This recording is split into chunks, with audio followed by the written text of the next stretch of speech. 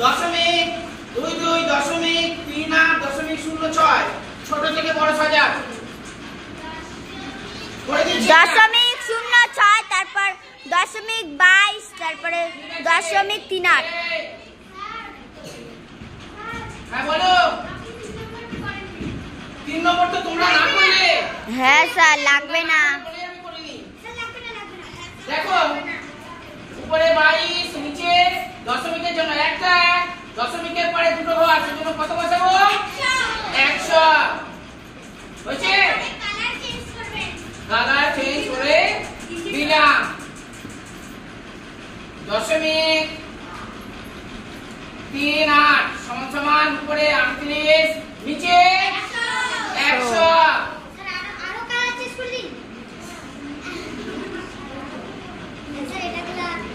0.6 উপরে 6 নিচে 100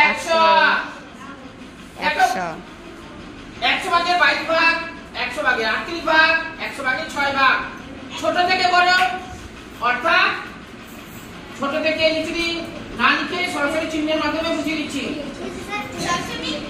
দশমিক 0.6 0.22 দশমিক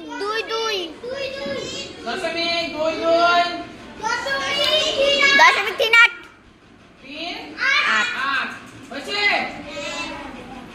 এবার হ্যাঁ 8 নম্বর প্রশ্ন রশ্মি প্রান্ত বিন্দু কয়টি? একটি।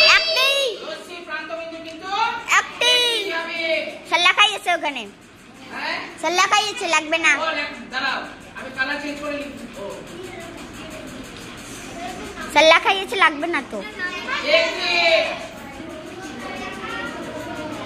স্যার লেখাই আছে। এবার সরল স্যার 24 উত্তর হয়েছে। ঠিক আছে